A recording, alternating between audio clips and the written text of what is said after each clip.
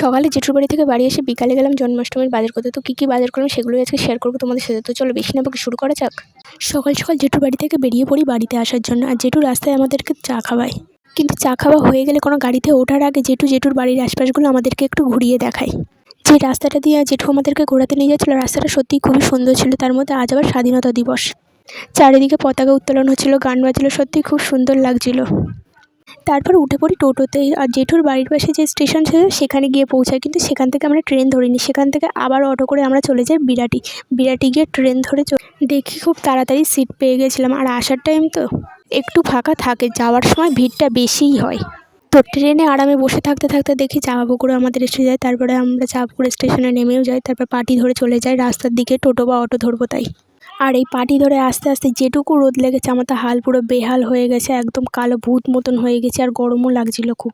তারপর আর কি টোটো ধরতে গিয়ে কোনো টোটোওয়ালাই তো আমাদের এদিকে আসতে চাইছিল না, কিন্তু তারপর অনেক বলে একটা টোটোওয়ালা আসে, কিন্তু টাকাটাও বেশি নেয়, এমনি আর আসেনি। সে যাই হোক।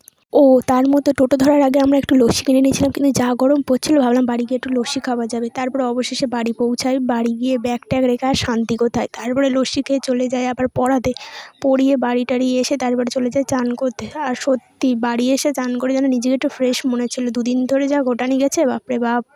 চান করে উঠতে না উঠতে দেখি খুব জোরে বৃষ্টি এসে যায়। যাই হোক, দুপুরের খাবার টাইম হলে বসে পড়ি আমরা খেতে। আমার তো খুবই খিদে পেয়েছিল, কারণ সকালে জেঠু কচুরি খাওয়াবে বলছিল, কিন্তু আমরা আর খাইনি।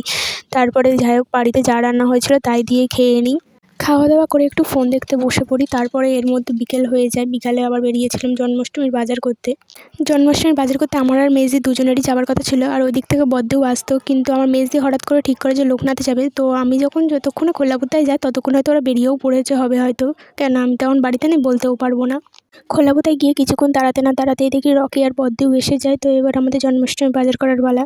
প্রথমে চলে যায় ফল কিনতে। তো যা ফল কেনা ছিল সব কিছুই কিনে নেয়। আমি তো ওসব কিনিনি, কিনেছিল বদ্দি, তো আমি পাশেই ছিলাম।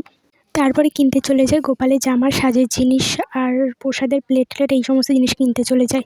বাপরে বাপ, গোপালের জামা আর সাজের জিনিস কিনতে গিয়ে পুরো আমার লুটে নিয়ে আসে, পুরো লুটে। ফলের দাম বেশি তাও মানা যায়। তো গোপালের জামা কিনেছিলাম যে দোকান থেকে, সেই দোকানে যা বিল হয় তা থেকে দোকানদার দাদু আমাকে 20 টাকা ফেরত দেয়, দিয়ে বলে 20 টাকা দিয়ে তোর মুখ দেখলাম, তোকে বিয়ে করবো। যা তোর দাদু, তুমি আমার 20 টাকা দিয়ে আমার মুখ দেখেছো, আমি তোমার বিয়ে করবো না।